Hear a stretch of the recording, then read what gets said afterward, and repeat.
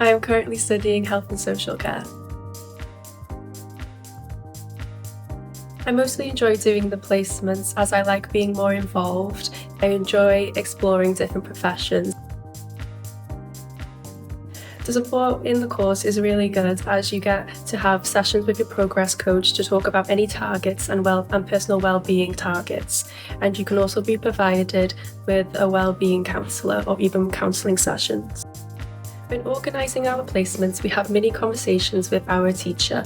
He lets us know which settings we're going to be going to, provided on what we are interested in. In the future, I would like to go to university and do a social work degree, but I would like to get more out in an area that I don't know about, as I want to explore more of the community and the diversity.